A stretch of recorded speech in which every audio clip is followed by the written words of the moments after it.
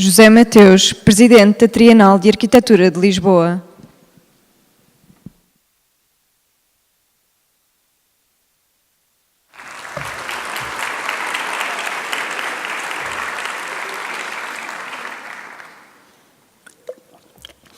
Ora, bem-vindos. Quero agradecer a todos mais uma vez assistirem a uma edição da Distância Crítica e quero em particular agradecer a Paul Ghirardani, o nosso convidado, para a apresentação de hoje. Good evening, Paul. Welcome and thank you very much for accepting our invitation. Quero também agradecer ao arquiteto Manel Graça Dias, que hoje, a seguir à conferência do Paul, vai estabelecer um diálogo e também será naturalmente estendido, como sempre, à plateia, que poderá também colocar questões. Naturalmente, nos agradecimentos, incluo, como sempre, o CCB e a equipa da Garagem Sul, que sempre faz connosco esta coprodução, e também aos parceiros estratégicos e financiadores, como a Câmara Municipal de Lisboa, a Fundação EDP, Fundação Milério BCP, e também a Câmara Municipal de Lisboa, a Direção-Geral das Artes, o Ministério da Cultura e a União Europeia no âmbito da Europa Criativa. A conferência de hoje, Design e Identidade em Game of Thrones, corresponde ao desejo da Trienal de alargar o universo da distância crítica para fora do âmbito estrito da arquitetura real, abordando formas igualmente relevantes da expressão da disciplina. Desde a sua criação em 2011, Game of Thrones tem constantemente confundindo os limites entre televisão e cinema. Impulsionado por um script excepcional, o design é crucial para a qualidade e o sucesso deste espetáculo. Nesta conferência, Paul Ghirardani lançará um olhar sobre como são criados mundos que estão em constante mutação, em constante evolução, e como o design ajuda a informar o enredo e a reforçar a identidade das personagens que participam nesta série. Embora tudo se mova num universo semi-medieval, em que as famílias Frey, Stark, Lannister e outras que disputam o poder, e figuras como Jon Snow ou as rainhas Cersei e Daenerys, que são as referências da narrativa, a arquitetura que inclui influências que chegam ao século XX, como Frank Lloyd Wright, Albert Speer e outros. Desempenha esta arquitetura um papel poderosíssimo e crucial no caráter e também no sucesso desta série. Uma mescla densa entre real e a fantasia, entre filmagens em lugares conhecidos, fundidos com cenografias e arquiteturas geradas com recurso a computadores. Trata-se de uma produção extremamente complexa, cujos bastidores Paul Ghirardani nos irá hoje revelar. Agora vou apresentar os nossos convidados. O arquiteto Manuel Graça Dias é professor associado da FAUP, onde conclui doutoramento em 2009. É professor catedrático convidado da UAL, vive e trabalha em Lisboa, onde tem ateliê com Ega José Vieira desde 1990.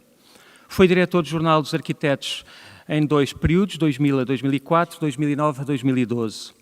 Foi presidente da secção portuguesa da Associação Internacional de Críticos de Artes entre 2008 e 2012.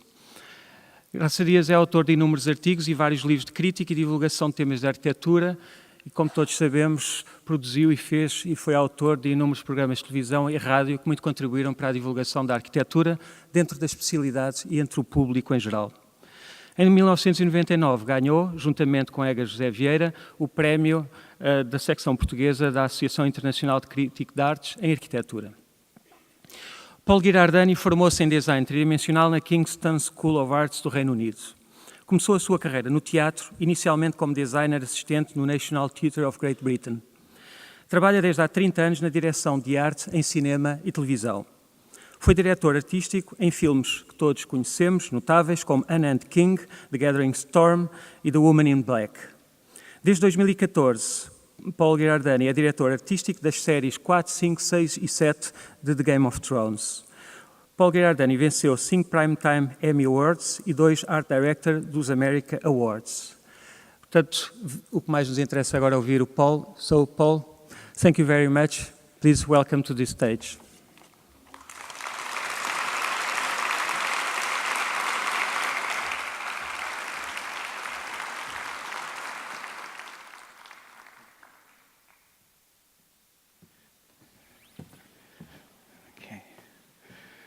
Hi there, can you hear me? Yes.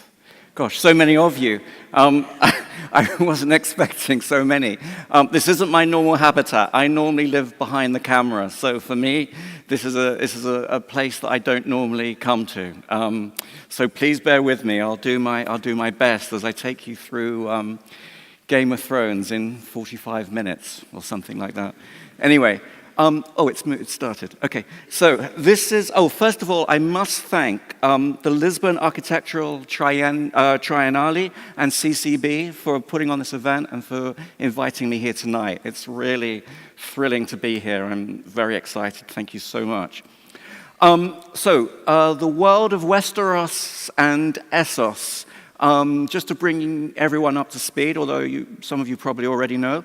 On the left is Westeros. This, when I began Game of Thrones in 2013, everything that had happened, the first 3 seasons, was very much concerned with Westeros. The architecture and design was rooted in pre-medieval and medieval worlds. From the ice wall, which towered 700 feet, dividing north from south, to Castle Black, just south of the ice wall. And then moving down, we would then go to Winterfell, which is the ancestral home to the Starks. And finally, ending up in the south with King's Landing, home to the Lannisters, a very nice family. Anyway, so as you can see, production designer Deborah Riley and myself, we were charged with an enormous responsibility in continuing this legacy that had been laid out over 3 seasons. The show was getting into its stride. Season 3, for me, took on a kind of much more of a filmic quality. Our brief from writers David Benioff and Dan Weiss was to expand upon the work already established, to take it further, and above all, enjoy the ride. As luck would have it, when we joined on season 4, a certain Daenerys Stormborn, Mother of Dragons, was banished from Westeros and took up residency in Essos, providing us with new worlds to design and cities to build. Our first city to look at was Meereen. This was Daenerys' first conquest and our first city. This is a still from, it's a concepted still from the show, and it's described as follows. A city built with multicolored brick and surrounded by tall, solid walls with towers at every corner. It has a large harbor located outside of the main walls, and the noble families of Meereen live in large step pyramids, with the most powerful, the great masters, living in the Great Pyramid. The Great Pyramid itself rearing 800 feet above the rest of the city, and it's one of the tallest structures along with the Tower of Old Town and the Ice Wall. So for an art department such as ours, this was a design dream. Everything that we do will start life as a concept. I'll go into sort of greater detail, but just to sort of briefly touch on Meereen. So these were the concepts that were approved for the entranceway to Meereen. In setting out the ground rules, we decided that the entrance, we didn't want a conventional arch or gate. We wanted to give a sense of, a sense of the unexpected. And I think the idea is that you would enter underneath this portal and into this kind of, this entranceway, which actually leads under the city rather than being on city level. So we found that quite intriguing. And working in conjunction with a location department based out in Croatia, we found an arena that actually serviced us very well. So this is our concept for the entrance to Meereen with the pyramid towering beyond it. The reality was something like this.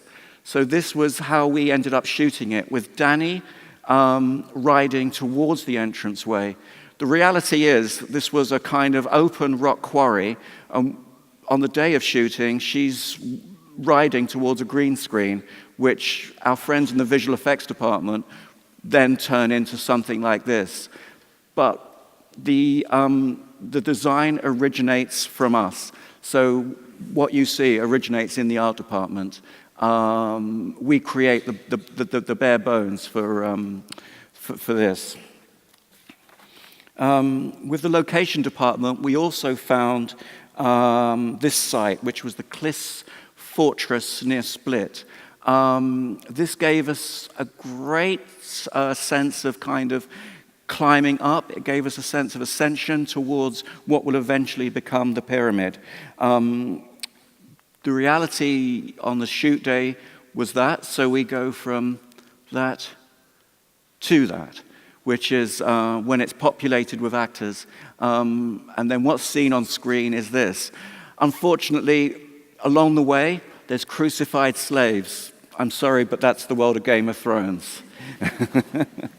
For the Great Pyramid itself, we took our inspiration from step pyramid structures and ziggurats, such as this one found in Iraq, this one in Iran. But rather than just rely on those kind of ancient forms, we also wanted to develop the ideas further. In particular, we came upon Frank Lloyd Wright, and we were intrigued by his some of his Mayan-influenced buildings, particularly the Ennis House in Los Angeles and the Hollyhock House in East Hollywood. So these were kind of key elements for us in creating the world of marine. When designing for the film, we are able to be informed by architects by the interpretation of a period or style. Unlike a strict period drama rooted in a particular time scale or a moment in history, fantasy drama allows us to kind of pick these certain elements and bring it all together. We can create a kind of multi-layered approach. It's to do with instinct, I think. We sit and work and talk about these things a lot. We worry about the detail and how these are all going to come together. For us, this was our original concept for the marine pyramid. So this was a kind of an amalgam of those ideas. So we then go inside. So the majority of the work that we produced was actually inside.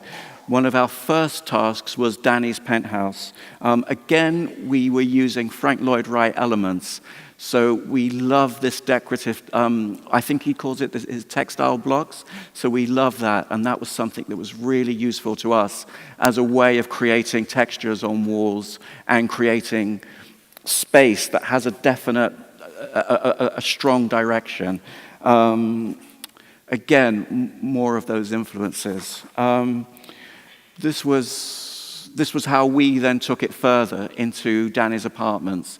So what we like is the idea of intrigue with screens, pierced stone walls to allow flickers of light to come through. It's not always about what you see. It's sometimes about what you don't see, I think, is kind of let the audience fill in the gaps. We can create this world, but actually it's a world of mystery, which is really exciting. This was also the exterior of the apartment, again, using those textile block designs and a lot of the sort of Frank Lloyd Wright influences. From concept stage, we would then go to, once the concept is approved by directors, producers, our parent company, HBO, we would then take things further into drawings. This is our contract with the workshops. So we would set out ground plans, whatever it takes to get the thing built. We also use models. This is a very useful tool for us, for directors, when they're plotting the space. It's kind of my experience that directors are weirdly non-visual when it comes to looking at plans. They respond much better to a model. So I think they like to see the place volumetrically, and this always works for us. This is a close-up of some of the screens, so you can see the level of detail that we go to. To all intents and purposes, these things are built for real. The screens here, this was a fully working apartment. We could have rented it out. It could have been an Airbnb.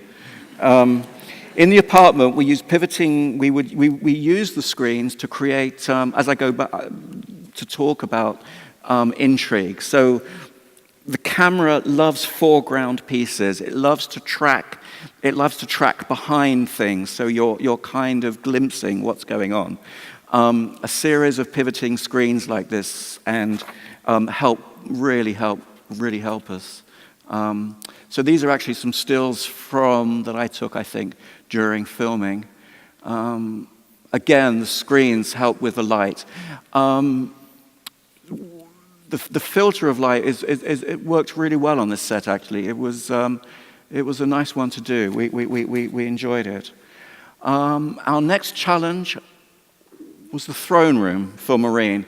Up until this point, the only throne room that had been seen on the show was the throne room for King's Landing. I think everybody knows it. So this is the throne itself. This is the throne room. It's become iconic. And to be charged with the idea of creating our own throne room was nerve-wracking, believe you me. It was a difficult task. Anyway, the primary consideration for our throne room was driven by the idea of a central staircase that would lead directly up to Dani. It had to be powerful, it had to be commanding. Within moments of seeing it, I think you had to know who was in charge. There could be no room for indecision. She was there. It was her. She had taken over Marine. This was our initial concept for it. Light falls from the side. I mean, I think we were very mindful of the fact that we were inside a pyramid. And we had to, so it couldn't be light from all directions. Light could only fall from one way because this inhabits what is part of a much bigger building. The great thing for us is it was our chance to have a total break from medievalism. So I think by season 4, we'd begun to sort of stamp our mark on how we thought that Game of Thrones should look and how it should proceed. Again, concept followed by drawings. Here we have one of the initial plans for the throne room, followed by elevations. A further consideration always has to be the practicality of these sets. In Belfast, we have 6 stages, but the stages are full. This is one of those 6 stages. The throne room had to share space with Dani's penthouse. We have to make these a safe working environment. So after we've done our research and we've dreamt and we've designed things, reality bites, and we have to then work out actually how are we going to fit all this on the same stage. It's never an easy task. We're always lacking room, and I'm always glad sometimes when we finish a set because we can pull it down and then I can put something else in there. I wander the stages with half an eye, seeing where I can put something because we just never have enough space. Anyway, this was how we started to sort of plot and plan how the penthouse and how the Marine audience chamber would live side by side. The details that we would go into. So this is some shots of the audience chamber. Just during construction, I think we were pretty close to the end at this point, ready for the unit to come on board. This was our version of the textile blocks. So we did a number of drawings detailing out how these blocks should look, how they should be arranged. These would then go to our plaster shop. They would do maquettes of these things, and eventually we would end up with something like this. This is plasterwork on a timber frame. A lot of effort, a lot of time and a lot of effort goes into getting this to look as real as possible. We're obsessed. We're just obsessed by it and how we're going to make it look and how we can make it look better. Painters are in there for days. We hate giving these sets over to the unit because for us they're never quite right. There's always something more we can do, but eventually they chuck us off there and they come along and film it. They spoil our fun. Anyway, that's life. This is more detail of the audience chamber. We start to get into color detail here as well. I think what's important for us is that when we create these worlds, not only do we create an architecture for the worlds, we have a color palette for those worlds. So what we will have in the art department is almost like a marine Bible or a Bravosi Bible. It's very important for us that we kind of contain things of fantasy and we can pull in from every direction. But to go on doing that would just drive us crazy. So there comes a point when we have to say enough's enough. These are the elements we're going to use. These are the colors we want. These are the textures we want. And that's our world of marine. That's our world of Volantis, or our Dothraki world. And those become our kind of guidebooks to this world. Again, the throne was very important. It's described as, it's not like the King's Landing throne. It's described in the books as just as a plain wooden bench. But what was interesting is that Dani is shown in the best possible light. And what was important for us was that she's framed with this kind of gold mosaic background, which also reflects her birth sign of fire. So the two things were sort of living simultaneously. This creates, for us, the identity. So that would be the identity of marine. It would be these golds, the blues, the yellows. That's kind of our world. Moving on. So this is designing cities and identity. So for me, working on Game of Thrones, the design of a city it's intrinsically linked with identity, as I explained. And an audience should, they should know where you are at any given time. Even if there's no characters involved, you could say, oh, we're in Marine because that's such and such. Oh, we're in Bravos because it looks like that.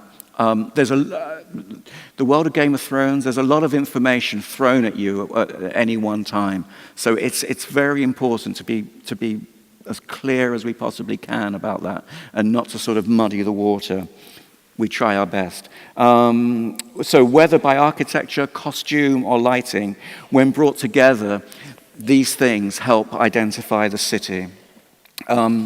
So this would be the world of marine, which I showed you before, with its desert location.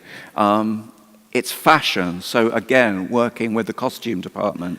The color palette is the marine color palette. There would be no reds here. It's based on these soft desert sort of natural colors.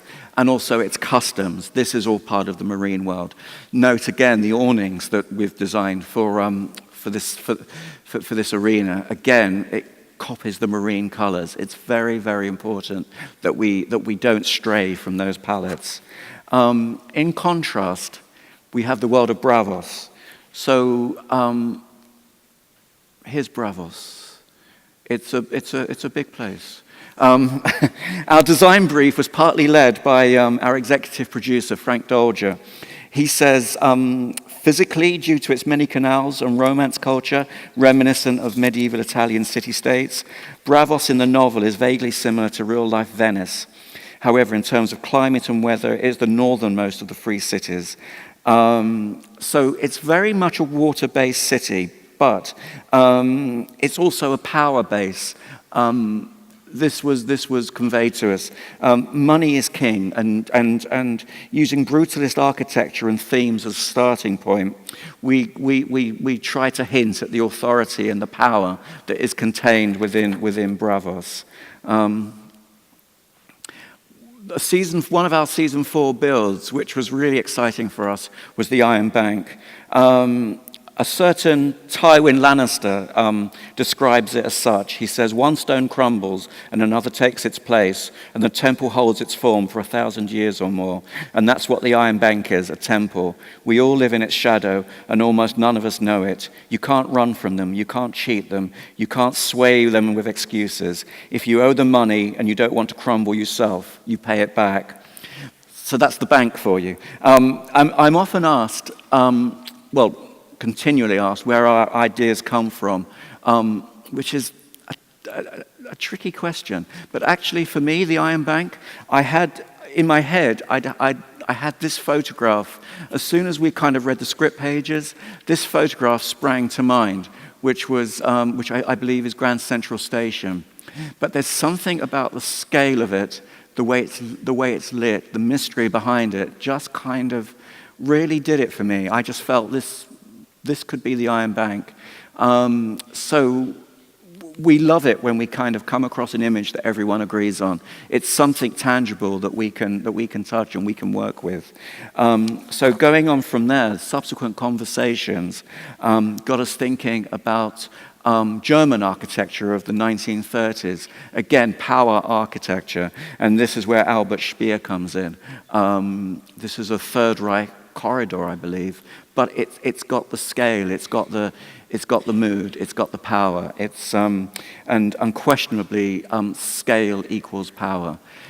These were our initial concepts for Bravos. So as you can see, we've kind of copied those ideas pretty ruthlessly, but they work. You know, I think they're good. They kind of sum it up. I mean, I'd be very nervous about going to ask for my mortgage there. Anyway. This is the model that we created for the build. If I had my way, I would have built the whole thing. But unfortunately, time, money, just running out of just space, we run out of very quickly. So it becomes a negotiation between us, between the art department and the visual effects department as to what we can build, what the visual effects department can take on. Everything within the red line was a physical build. Everything beyond the red line, visual effects took over. We set out the template, they took it further. But what's important for the actors, I believe, is that they can work within those spaces. It's also, I know it's better for the camera. They call it to keep things in camera. And I think it's a much happier place if whenever they're seeing past actors, they're seeing something physical that we've actually built. I think to keep seeing past actors onto a green screen, it doesn't really help anyone at this stage. I think it's better to have something real and tangible to just to work with. The actors always seem happier with that anyway. These are some clips from the actual thing. So again, textures. Sorry, it's a bit of a soft photograph. I didn't realize, but the textures are there. The detail is there. A thing that I really loved were the doors itself. So again, we unashamedly borrowed from the baptistry doors in Florence, Gioberti's baptistry doors, which I've known since I was a child, and I love these things. And what was intriguing for me was the panels. So we designed our own set of these baptistry doors, but I encouraged the sculptors we redesigned the panels, but with bas-reliefs of power and wealth and what money can buy you. So there would have been, I haven't got a photograph showing it, unfortunately, but it would have showed armies in motion. It would have shown war machines. It would have shown, I don't know, other ways of spending vast fortunes of money. And as a backdrop to the action, they work really, really well. So that was fun to have those. I like those. Those doors are now in my house. So this is another, we were busy season 4. We had a fair few icons to do, actually. Now I look back on it, it seems like such a long time ago to me. I forget what we've done. But anyway, this was season 4. Although I think House of Black and White probably didn't feature till season 5. Anyway, listen to detail. This was House of Black and White. So again, you all know and have seen this. So this sets us up once again in Bravos, once again water-based, and it's kind of temple architecture that coexists with water. On my travels, I'd been to India, and I remember being in Varanasi, which is a perfect example of temple architecture living side by side with the Ganges. It's just brilliant. I think we should, we could have gone and filmed it there. It's absolutely fantastic place. I could just look at that for days. I think it's like there's so much to see. It's incredible. Anyway, that again was a major starting point for us. We then had the problem with House of Black and White was this place is vast. It's stood for millennium. I mean, there's faces upon faces in there. It's the biggest storeroom known. So how do you go about storing all these faces? What would it look like? How would it work? How could you access this space? We then started to explore other sort of monumental temple spaces. Here's the scale. The scale is fantastic. This little child here against that is just remarkable. I love it. This was the, I think they're called the Ellora caves, again in Western India. This was, again, this is in Hong Kong. This is called the Temple of 10,000 Buddhas. I'll take their word for that. It's, again, it's just kind of, it's monumental and it's really exciting. So those kind of images, when brought together, really summed up for us a way to sort of to proceed with House of Black and White. These were our initial kind of thought processes. Once the concepts, and we'd kind of, we came to agreements with everybody about how we were going to proceed with this space, how the faces would be hung, how Aria, how she would react within the space. So that was very key to this whole thing. Once these general ideas were kind of approved, again, it went to a drawing stage.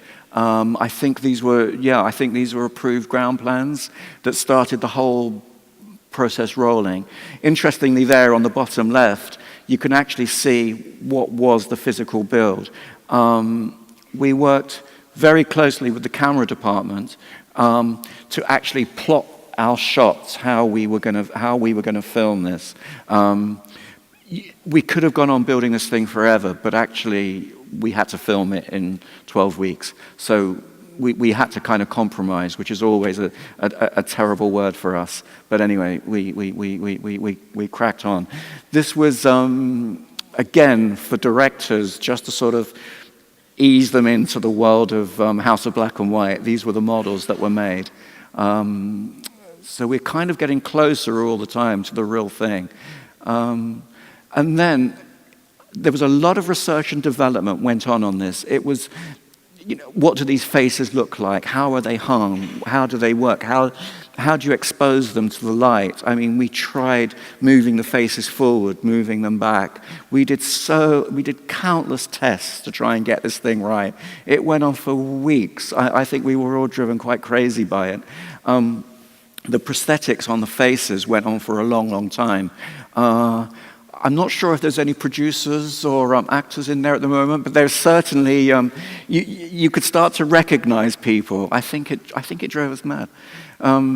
This is a still from the show, but what's interesting is it shows how they've lit the thing. So the towers were probably standing, I don't know, I would have said we probably went up about 25 feet. Sorry, I'm old-fashioned. I still work in feet and inches. But in, well, you work out the maths. But anyway, 25 feet. And what we did was the whole thing had to be, so this series of blacks was brought across the ceiling to isolate just the towers themselves. So the light would strike just the faces rather than, we didn't want light spill. It was very important not to have any light spill, and that just the right elements were being lit at any one time.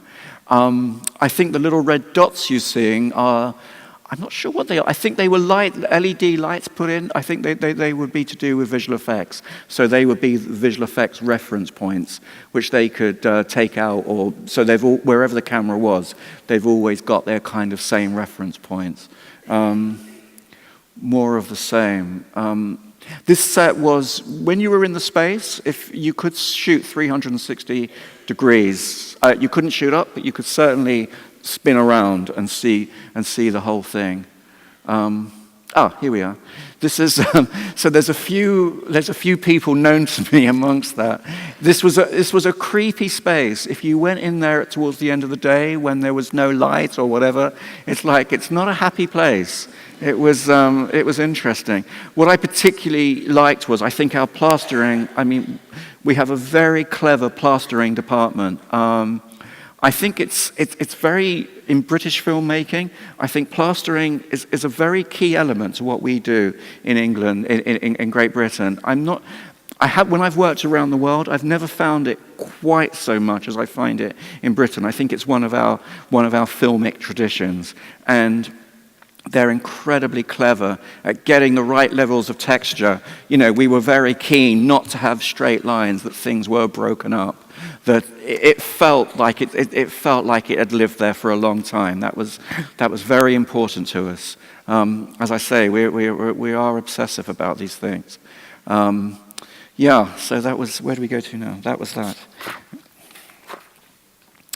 So this is, now then, I was just going to take you through, this is a design process, really. So I wanted to sort of just look at something from beginning to end, just so you get kind of glimpse into where we go with it. Every design, everything we do is governed by the script. This is the script page from season 6 for the Citadel Library. And it says, by far the largest room we've seen on the show, and all of it devoted to the pursuit of knowledge. That's how it starts out for us. It's, in film terms, that's called an eighth of a page. That's how it begins. Sam comes in, he stares around him in awe, heaven. So that was that's where life began for us. We then go into the kind of research and development stage. Again, taking our influences from Renaissance architecture in this case. We went to the Duomo in Pisa and the Campanelli, the Leaning Tower. These kind of were a good starting point as to what a Citadel library may or may not look like. It also gave us a sense of interior scale. You know, if the building's that big on the outside, imagine inside. It's just vast. So that was that's a good starting point. From there, we would, so once those kind of ideas are agreed upon between the art department, between producers, between the writers, we will then take it to, in this case, a three-dimensional model stage. So here we try and take those ideas, we try and develop them further.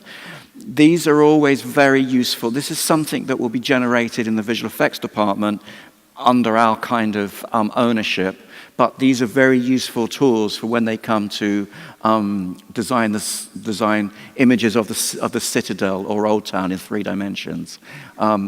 Again, these are just fly-through models that they've developed. And then that will give you part of the Old Town world. Again, this is a concept that we developed. So this would have been drawn up by our concept artists within the art department. And then this is fed out to other departments. So this is kind of where we're at, where we're going with this thing. Let's try and do something. So the concept then, obviously we're dealing much more with the interior space. So the concept then led to this. We love the idea of this dome. It seemed to service very well, particularly the way the light could fall through onto the space, lighting the books, lighting all the reference within. It's a good space. The concept was then taken further. This is how it would have read from Sam's point of view as he goes into the space. This is in script terms, this is where we wanted to be at. So we've gone from reference, we've gone from the big picture, and now we're this is where we're going to go. This is what we're going to kind of work with. This is our template for the whole thing. We then, again, working with visual effects, the negotiation is this. So this was the build. The green is obviously the visual effects world. So it's interesting how we get there. I wanted to build the rest of it, but they wouldn't have it. There's probably not enough books anyway. That's where we got to. And then on screen, the actual thing looked like that. So it's a very dark picture, but that's how it sort of ended up. And I was watching it the other day, and just to sort of remind myself of what we'd done. And Sam walks in, there's a glimpse, and you kind of get the scale of the thing, and then you're out, and it's done. It's absolutely extraordinary. The reality, so this is the art department having fun, but the reality for us is actually much more sort of everyday. This is the schedule for, I think this is a season 6 schedule. So this is what we have to do. We have 2 units. The one on the left-hand side is called Dragon. The one in the middle is called Wharf Unit. The one appearing here on the right-hand side was called White Walker Unit. It's very Game of Thrones. And the different colors blocks refer to the different directors. I think their names are up the top, it doesn't matter, but these are different directors. So this is what we're shooting in any one day. So in any one day, there's a green director, there's a red director. The green director may be shooting one thing, the red director shooting something else. So all of that has to be serviced. So all of that work that we did for everything that we were doing for the Citadel Library, actually the brutal reality came to this. It's here. It's on the left-hand side, and it's the 4th one down, and it's half a day's shoot, and it says Citadel Library. That was it. It's like the unit turn up, they shoot it, they go home. And it's goodbye Citadel Library. There's not much glamour in it. It was a lot of work for half a day. But anyway, that was kind of where we got to. And I think I'm kind of done. I hope that's okay.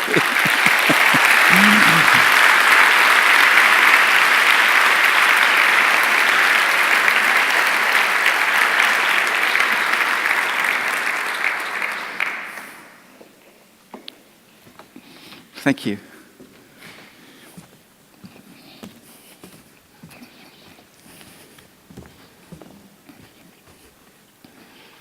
Okay.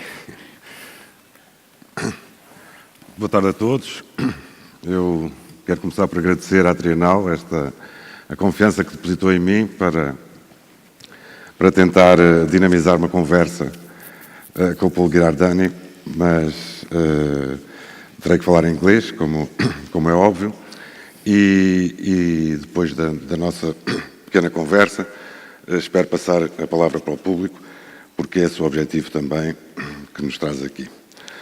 It's a great pleasure for me to be with you, and the mission I have is to try to stimulate a talk between you and the public. Okay. Let's begin, 2 of us, and then we try to pass the word. It seems to me that your work, I'm very glad, because I think you should be the work you do is very fun and rewarding, even if you have those big lists to accomplish every day, but I think it's very fun and it's very interesting also. And I would translate your work as a stimulating collage, because you mixed the very epochs, the very eras of the history of architecture, and they seem to live together at the same time. Middle Age, of course, we know Middle Age is a very long period, but the Middle Age, the ancient Egypt, the Mesopotamic, the neoclassical, the Renaissance palaces, the Arabic ambiences, and I think we are very addicted also, because in the history of architecture, in our Western history of architecture, we have the things very, very, very well distributed. Yes. But we know that in real history, sometimes things that are happening here in the Middle Age are completely different in China, for instance, yes. Or even in Europe, different in Granada. But we forgot. Sometimes we forgot those situations. And the surprising thing in the Game of Thrones is that those very different realities, they seem to live together. Different city spaces, different architectonic spaces, as well as geographical spaces. Yeah. They seem to live together, not very far from, very close. Yeah, it's strange though. And I think our interest in following the things we think recognize in your settings are often frustrated by the chronological mismatch of the game you propose to us. What do you think about this? I think we sort of just get on with it. We kind of, for us, because the storytelling is so important, it's about feeling. I think we have to ignore the normal rules of time, and I think we have to kind of plunder as and when and create these worlds living simultaneously together. I'd worry that everything would actually start to look a bit similar. I think what I love is the fact that these worlds don't look similar, that they do have particular identities. I think that's and this is really very rigid. This is very rigid. Yes. Those identities. Yes. And I think that's very important to us as you designers. collect those identities. Yeah. To know. I think so. I think that's what we care about. I think that is very important. But you can change something. You can add other things. You can add. We can, because there is no rule book. I mean, we've made our own set of rules, so we can do what we want, but we have to do it within a kind of an earthly kind of confine. So we try to obey the rules as best as we can. But for instance, that marvelous library, it should be refilmed or not, or never. You never come back to the library again. What do you think? I can't remember if he goes back there, actually. No, we certainly, I mean, the shot that was, I think it was a tilt down, so you kind of got the complexity of it. I think that moment, in story terms, sometimes the story has to take over from what we do, and I think it was the idea that Sam had kind of arrived in this world of books. That was his passion. That's what we have to show. I'm afraid, as much as we love to design things, we sometimes take a bit of a secondary role. And actually, that moment was about Sam. So I think it's very important that we, as the script said, that we show him in heaven. That was his kind of, he'd arrived. I think that was very important. But you don't think the director should be in love with the setting and he wants to come back again? The story? Yeah, I think it is revisited. I can't remember. But another setting. Another day. I think your work is very similar to. It's also very similar to the architects' work in that point, because we sometimes also collect images. We also collect ideas from what we see, from what impresses us, or from our travels, and even if we are not obliged to a mandatory stylistic consistency, as you are, because you have your own guide, your own storyboard to follow. Yeah. Sometimes we can reproduce those specialities when it seems appropriate. Do you think this is an abusive parallel, or you see some similarities between them? I think I do see similarities. I photograph everything. I have a vast digital library of images that I've collected over the years. And you have Instagram? Sorry? You have Instagram? No. I'm technologically, no, I'm a dinosaur when it comes to all that kind of thing. But I have pictures I can occasionally access. You can have Instagram. I'm not the best. For us. Yeah, I love a picture. I don't. The digital thing's not. Anyway, we were talking earlier. I was filming, I don't know, about 10 years ago in Turkey, and we were filming in a mountain village, and some of these houses, the interiors were just perfect. It's like that they were sort of adobe buildings, and just the way they were put together, the way the window would work with a sink or with the doorways, and the way there was no straight lines. It was all curves, and it was just incredible. So I photographed all this thing and put it all to one side. I didn't ever think about it, and then I think must have been season 5. There was it was in Marine. We had to do a kind of hovel where I forget, Danny's Army, where some guy gets his throat cut. He's visiting this woman and he gets his throat cut. But this whole, and it's described as a hovel. And I thought, I have some very good hovel photographs. So I dug out my hovel photographs, and then we just kind of like, this is what we're going to do. We'll build to this. And the great thing is, it gave me opportunities to put windows and doors and what have you where I wouldn't. If I'd imagined it, I think it would have been a lot more boring. I think to actually to create something that was real, that was there, was really interesting. And also, again, for me, it's all about textures and about the feel of the thing. And these particular buildings were just loaded with the stuff. It was fantastic.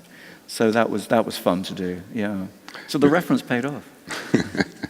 You mentioned the windows, and this is the light is a very important thing on the settings you design, right? Yeah. Because and we saw there now, but because you have always a filter between the light, the window and the spaces. Yes.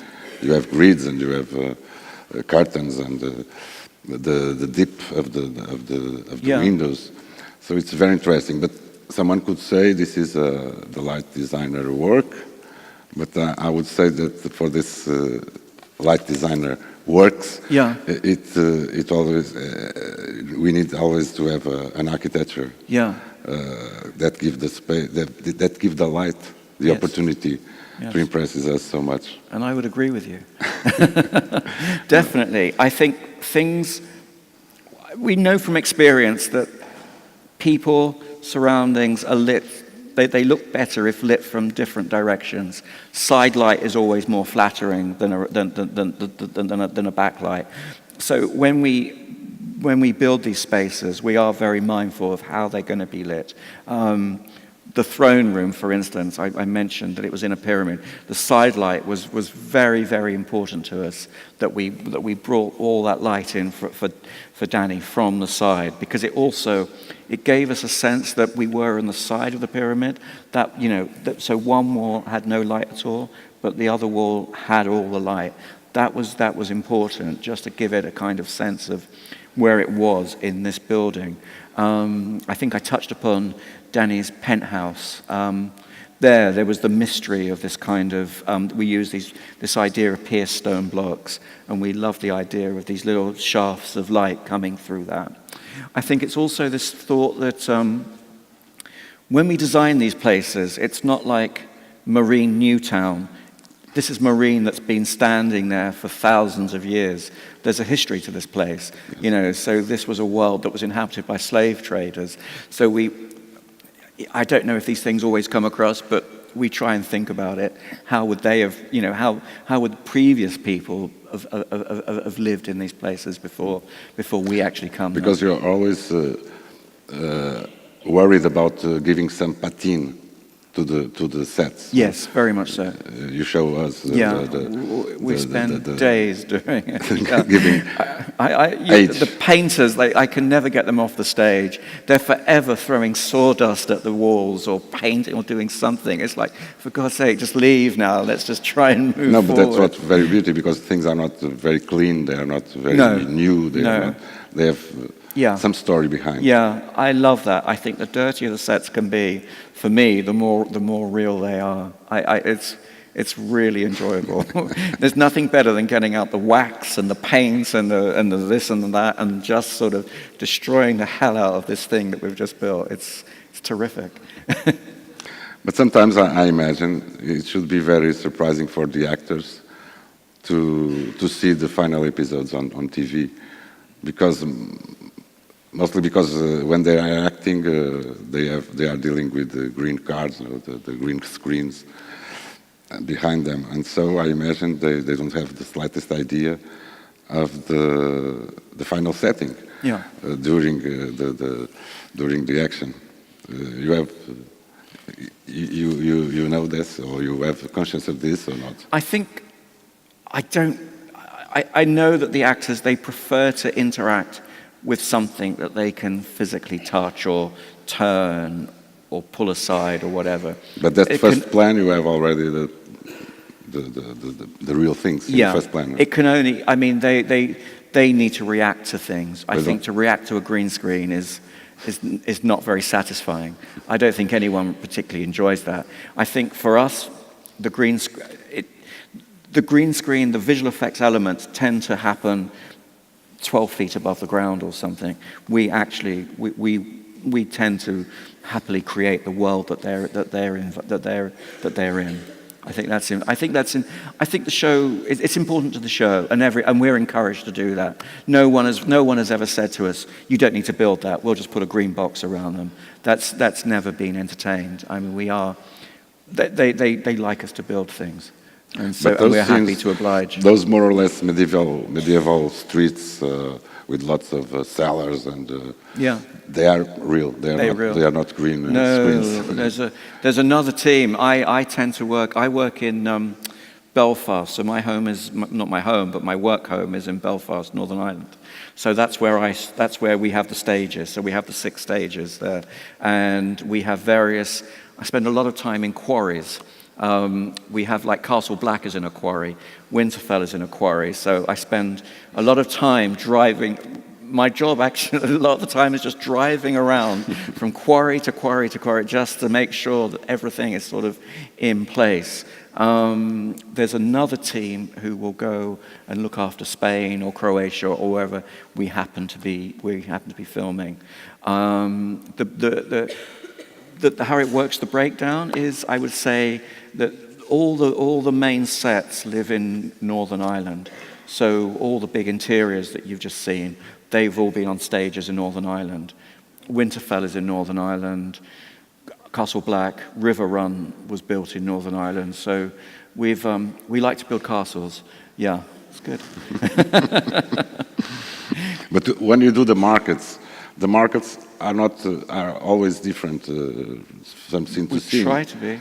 Yeah, yes. Markets are difficult. I've done so many markets in my time in film, and they're very hard to do. To try and do, it's like, what can they sell today? Okay, they can sell fish. They can sell baskets. What can they do? And it's like, it drives you absolutely crazy. It's like, I don't care what they're selling. Let's just get this market going. But the space remains different to an episode. Yeah, I mean, the space, it's defined by the location. So the experience we have looking, we believe it's a real set, and it's a real market. And it is. That day is a different day. Yeah, it is a real market selling real fish. I mean, we don't or real baskets. It's like it's frozen. I mean, I have been on sets where we've set up markets, and you get sort of tourists coming by, and they're saying, "How much is this? Can we buy it?" And it's like, "No, it's a film set. Just leave us alone." It's real. Okay. I've bought into it. Eu penso que é a altura de passarmos a palavra para a plateia. But before giving the floor to the public, a final question. For sure, you have been asked this a lot of times when you are being interviewed all over the place. But did you already thought of choosing a set here in Portugal? Very much so. Why not? I'm keen to. Listen, you guys need dragons. You should invite us over and we'll come. I can't guarantee what will be left, but we'll certainly come. Thank you. Thank you.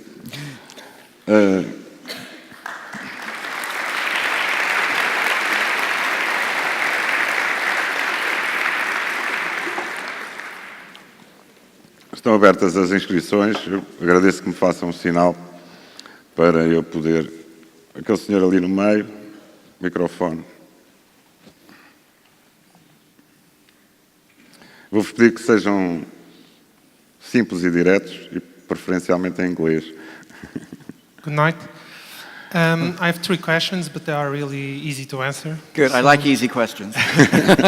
And Just for curiosity, first is, on average, how long it takes since you read the text until you start recording the sets? So I will, this year, so in 4 weeks' time, I go back for season 8. I start June the 19th. We will start filming somewhere around October time. So what's that? June, July, August, September, October. So probably about 4 months from beginning to when we start filming. But that doesn't mean that every set has to be ready for that time. So some sets are filmed on day 1, another set may be filmed on day 100. So it's a case of sort of, you prioritize the first builds, and then the things that you don't need to bring on so quickly, you push slightly to the back of the queue. I would say in general, it depends on the size of the set. Something like House of Black and White, that probably was about, that was big for us. That was about a 12-week build and probably about 2 months sort of concepting and research and development. That was a more complicated one. Generally, I would say from concept to drawings, about 4 weeks, and then to build the thing, probably another 4 weeks. So by the time the construction crew go in, the plasterers, the paint crew, and then I always have to allow time at the end for set decorating. So depending on the complexity of the set, you know, the set decoration may take a day, it may take 3 days, depending on what's going on in that set. So all those things have to be factored in. Oh, also we have to allow time for the director of photography to set up his lights. They'll kind of want a day or so before they shoot, just to get their lighting set up right so they know what they're doing. So come the morning of the shoot, everything's in place, they can just switch on the lights and go for it. They don't like hanging around. So I hope that answers your question. Yeah, it's sort of about, as a rule of thumb, I would say 8 weeks, 4 weeks prep, 4 weeks build, something like that. Okay. And the other 2 is just for curiosity also, what's more or less the size of your team? And usually when you start developing the sets, if you start the research from scratch, or you have a system of to catalog your photographic references or something like that?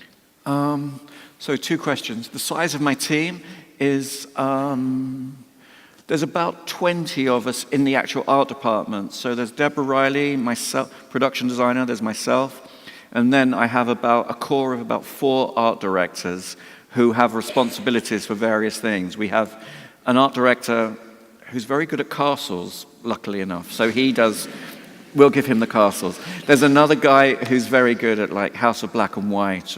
He's good at those kind of complicated sets, so he can take care of that. So there'll be 4. They will all have, then there'll be a team of assistant art directors and drafts people. We have a mixture of drafting. Some of it's computerized, some of it's on drawing board. It's sort of, there's no sort of rhyme or reason as to why, it's just that's the way it works out. And then there'll be various assistants. So I guess in my department, there's about 20. Then there's a set decorating department that coexists with us, and there's probably about 6 to 7 of them. Graphics department. So That's kind of one strata. Then underneath, then working in conjunction with us is the construction, plasterers, painters, metal workers, the riggers. Then there's the props department, so there would be like the property master, his set decorating team. So it very quickly starts to sort of spread out. And I would say when we're at full stretch, there's probably about 300 to 500 people sort of working to produce this thing. Bearing in mind, we're trying to produce, not only are we doing House of Black and White, for instance, we're also trying to do Bravos at the same time. So there's one group of people doing House of Black and White, one group. So it's it takes up a lot of resource. That's the kind of the size of the team. Oh, sorry, I forgot your second question. What was that? I forgot. Sorry. Oh, yes, beg your pardon. Do you know, I kind of have it in my head. I sort of know, it kind of comes to me at night, usually. Sort of at 3 o'clock in the morning, I wake up and it's like, ching, oh, I know, it was that. And I text myself. And I wake up in the morning and there's a whole load of emails to me. And it's just stupid notes. And it's like, oh, okay, I must think about that. I must do it. So, and then sometimes I've got so many photographs, the idea of sifting through them is just torturous. So I just kind of trust that I kind of can remember them. But I love books. I forever kind of going through research, and it's sort of non-stop, really. It's kind of what I do. It's not really a job. It's just kind of what I do. It's one of those things. Yeah. Anyway, I hope that's okay. Mais questões? Aquele senhor ali à direita e depois aquela senhora lá em cima.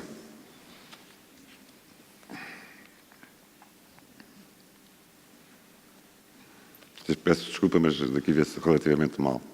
Good evening. Hello. I would like to know why is there such a stark contrast in size between the Iron Throne in the books and in the show. They both have the same crude element, where you have the melted swords and it's black and intimidating, but in the books at least, the throne is much bigger. What was the reasoning behind the throne in the series being so much smaller? Do you know what? I can happily say I have no idea. I'll tell you for why, because I'm sorry, but I came on season 4. That had already been designed. I just inherited it, and I had no idea. So I'll ask the question, and I can let you know. I'm sorry. That's kind of when I walked on stage for the first time, the throne was there. I just always accepted it. To me, that's the throne. I think. I think the books are one thing. I think what we do is something else. You can't, I think as a designer, you can't always be guided by the books. The books are amazing, but you can't always be guided by them. I think you also have to do, you bring your own interpretation to these things. I mean, that's why they employ us as a designer. That's why they don't employ George R. R. Martin to design it. They employ, he's written the books. We give it our interpretation. For better or worse, that's where we are with it. But thank you for that. I mean, I'll certainly find out. Aquela senhora lá em cima, aquela menina, de azul, tanto quanto me parece. The blue girl. So, what did you like the most about doing those sets? Was it going to the places you had the ideas about? Was it the filming part? What was it? It's certainly, I think the initial ideas, the early days are always fun because there's no constraints. We don't really have to worry about money. We don't have to worry about time or space. We just kind of dream and enjoy the moment. That's always a good time. then I'm afraid reality hits very quickly. We suddenly have a producer bearing down on us saying, you can't do that, you've got to do this because we haven't got this. Or so that moment doesn't last very long. Another aspect I really like is when we've gone through, for me, a really nice moment with sets is we've gone through all the plotting, the planning, the building, the arguments about how this is going to look. And eventually it gets there, and I always think the night before they're due to filming, I love being on the set at that time because the set is as ready as it's ever going to be. It's lit, so you can see where this thing's going. There's no one around, you've got it to kind of where it sort of needs to be. And that's, for me, is always an enjoyable moment. There's a whole bit in between that is just a battle. And that's kind of my daily life, is trying to just keep pushing this thing through. It's like, yes, we will do it. We will get this thing built. That's not so great. So the beginning and the end, the bit in the middle, I could probably live without. Aquele senhor ali à esquerda. Microfone. Podem ir sinalizando. Sim, senhor, sim, senhor. Já vi a lady in pink. Hello. Thank you very much for your conference. Thank you. I'm an architect, and I would like to know something about the architect's perspective. Do you have architects in your team? And I know you are from a design background, but I'm curious to know, for example, in this situation of House of Black and White, we saw that they had the kind of lighting coming from above. Yes. There were the curtains to provoke that kind of lighting.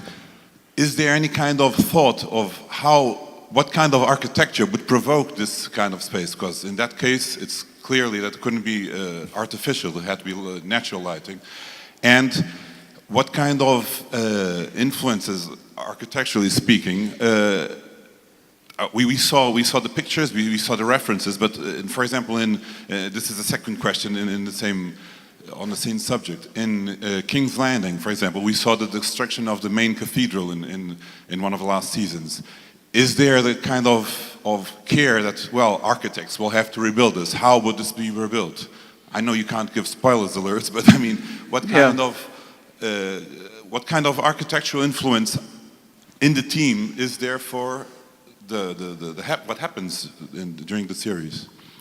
Well, to answer your first question, it's actually a very interesting question because the House of Black and White is described as a building with no windows. So it's a really tough one to light. And that actually, it provoked so many discussions. And I think in the book, that's what you're presented with, is a building with no light. It's like, well, how are we going to see anything? So it's very difficult. So we have to, at times, we have to forget all that, and actually we have to light it in such a way that we maximize what we've built. And House of Black and White was one of those occasions where we try to minimize the light as much as possible, keep it mysterious. It was about atmosphere. That was key to this whole thing, because to get over this sense of space, we wanted to feel like it went on forever, that light was filtering from somewhere very mysteriously, whilst trying to maintain this idea that there is no light within this building. It caused us great concern because it was a terrible contradiction. Unfortunately, you've got to see it, otherwise it might have just been a black box. So we have to kind of go with something, and we have to kind of live with that. And that's what you got. We have had architects in the department. I think those textile blocks were drawn up by an architect. So I'm sure architecturally they're very correct. I don't know how a space, for me, it's about the theatre of the thing. It's about the atmosphere. It's about the feeling that something conveys.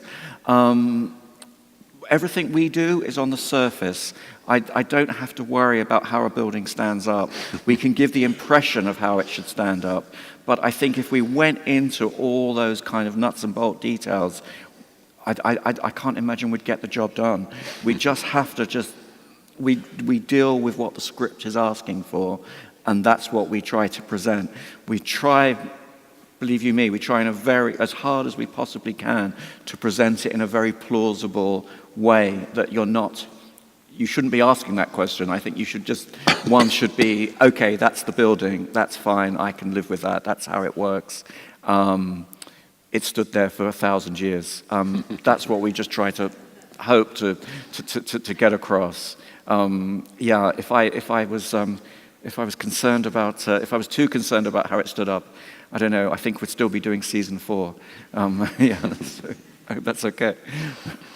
You said a very interesting thing, because you said people watching the series, the important thing is what they imagine. Yes. Behind what they see. Yeah. They see something that provokes the imagination of the continuity of the space. Yeah. And it's very interesting because I think it's what in cinema it's like that.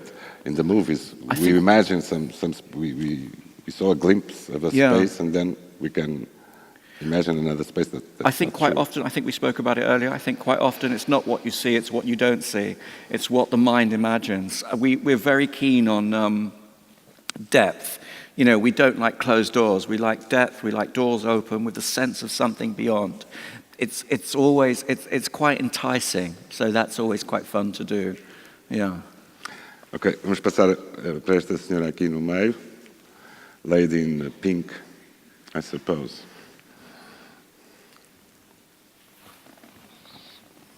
So thank you for the lecture. I would like to know a little bit about the relationship with the script.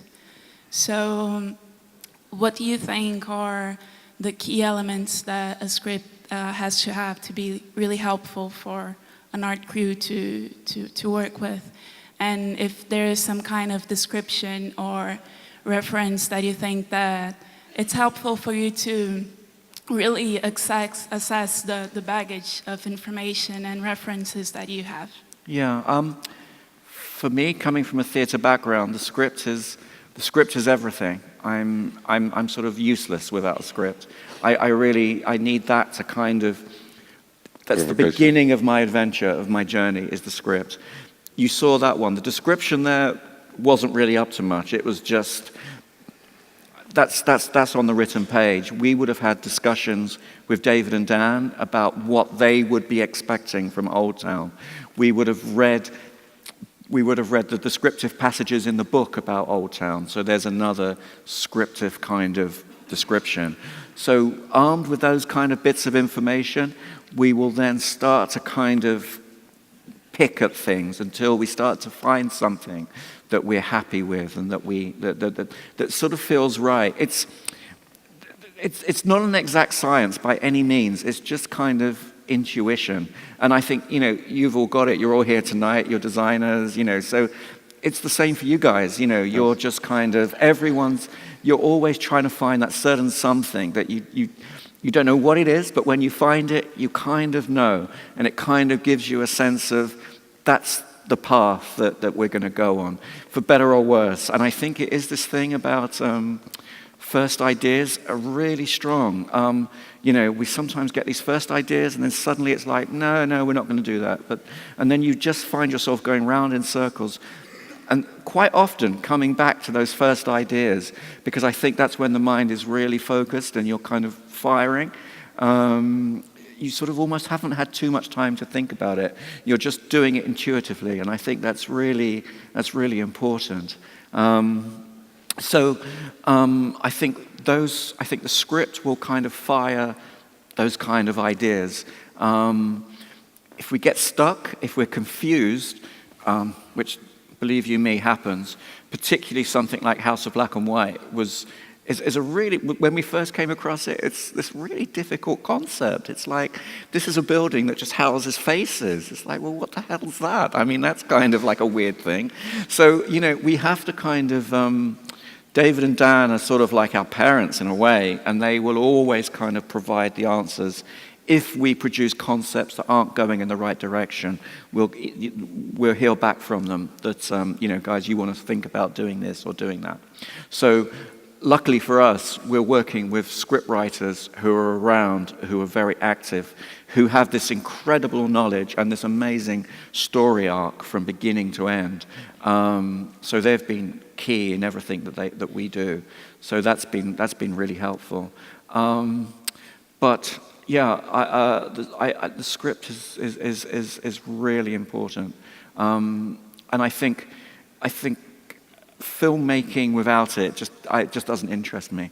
When you see some of those, for me, when you see some of those big blockbuster shoot 'em up kind of films that just aren't really anything, they're just such a turn off. Whereas something with depth, like Game of Thrones, for instance, or other, Breaking Bad, something that has actually kind of interesting storylines, I just find that that's the turn on. That's what I love doing. Vamos passar ainda ali senhor e uma senhora que estão ali naquela fila, a meio, exatamente. Good evening, and thank you so much for coming to Lisbon. I hope you're enjoying your stay. I am, thank you. And that we'll see a lot of Lisbon inspiration in the next seasons of Game of Thrones. Yeah. Apart from that, I would like to ask if important scenes, like, I know I'm not sure what season was the Red Wedding, but it was such a memorable episode.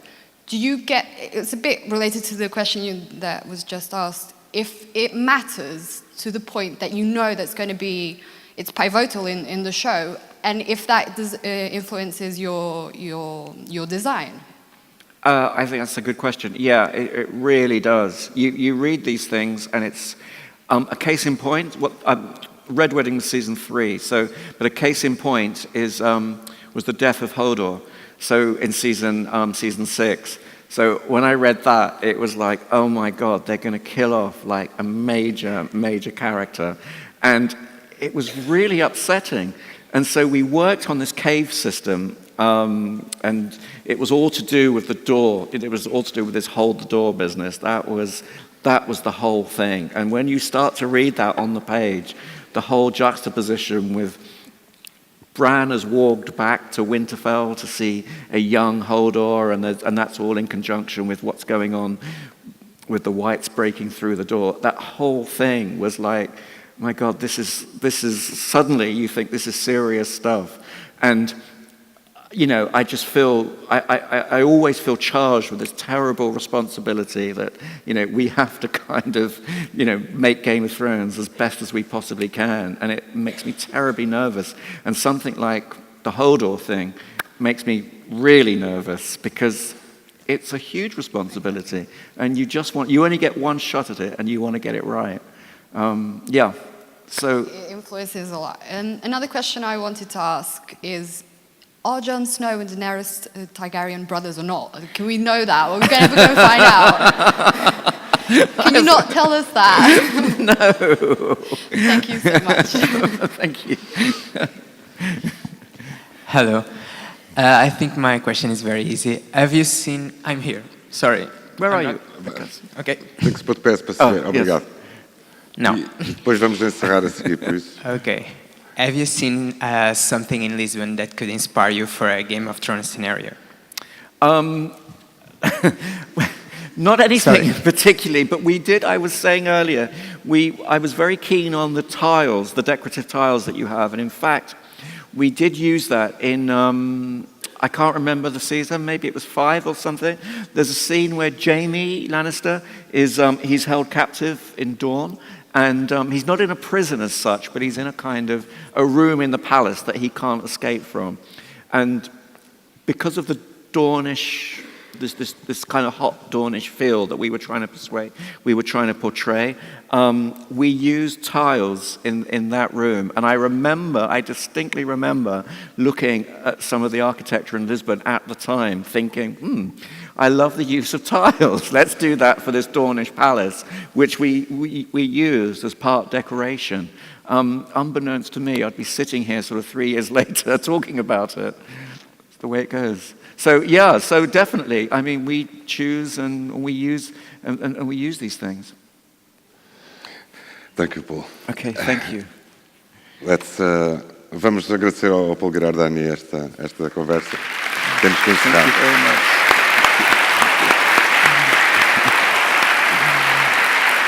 Thank you. Good, good, good.